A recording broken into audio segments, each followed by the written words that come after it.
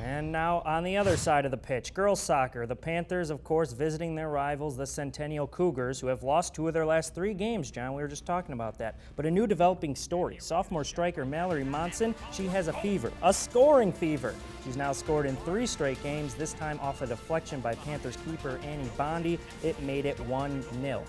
And, well, John, when you're hot, you're hot. Manson takes control and sends this one across the net to match another tally, giving her 2 in the game. Perfect placement on the shot. Nothing Bondi could do.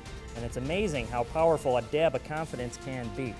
Still in the first half, Centennial having their way at home as this through ball connects with Aria Burgess, and she buries it to increase the Cougars' lead by 3.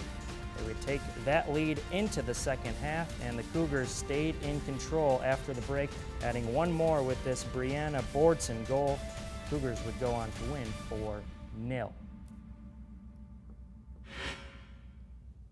So with that, the Cougars snapped that little losing spell they had. They got 2 goals from Monson, win 4-0, and they're one of the top girls programs in the state, John. Oh, defending state champions for the Centennial Cougars, and hoping to do it again. Obviously, they've had some bumps along the way so far this year, but the Centennial team, always very good. Not a surprise that they're playing great soccer against the Spring Lake Park Panthers, and hopefully by the time sections roll around, or they'll be ready for some of the teams that they've fallen to previously. You see their record at 5-2 for the Cougars, puts them behind Maple Grove, who's still undefeated at 7-0, and in fact, Andover and Anoka haven't lost either. They just each have a couple of ties. So powerhouse conference. Absolutely, this is one of the strongest conferences out there.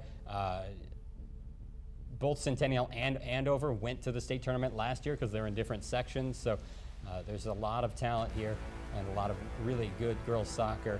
And if you want to see more good girls soccer, well, we could point you towards Centennial. They've got Anoka tonight, and then they'll take on Armstrong a week later. So just the one game this week against Anoka. We'll see if we can't tell you about that next week.